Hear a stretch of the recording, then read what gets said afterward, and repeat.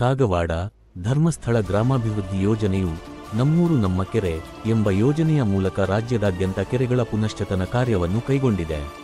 ಅದರಲ್ಲಿ ಕಾಗವಾಡ ಪಟ್ಟಣದ ಉಣ್ಣುಕೆರೆ ಪ್ರಾಚೀನ ಕಾಲದಿಂದಲೂ ಬಹಳ ಪಾರಂಪರಿಕವಾಗಿದ್ದು, ಶ್ರೀ ಕ್ಷೇತ್ರ ಧರ್ಮಸ್ಥಳ ಗ್ರಾಮಾಭಿವೃದ್ಧಿ ಯೋಜನೆ ವತಿಯಿಂದ ಕೆರೆ ಹೂಳೆತ್ತುವ ಕಾಮಗಾರಿ 95% ಮುಗಿದಿದೆ.